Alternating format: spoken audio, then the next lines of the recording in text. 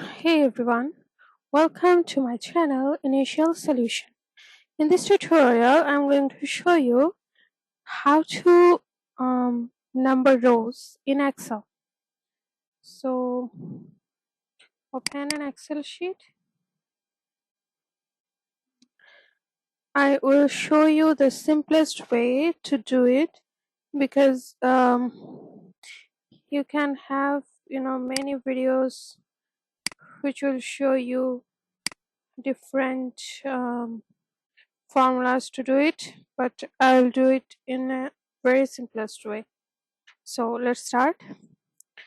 So how we number the rows? It's the simplest way. Just write 1, 2, 3. Now just simply select them and now drag them down as many numbers as you want to. It will just count all over to the rows. As you can see, you can still drag it down. You can use autofill options from here.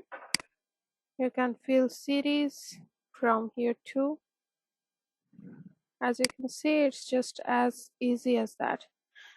So hope this video helped you. If it did, then please like, comment and share this video. Subscribe to our channel and don't forget to press the bell icon to get more exciting videos like this. Thanks so much for watching. Bye bye.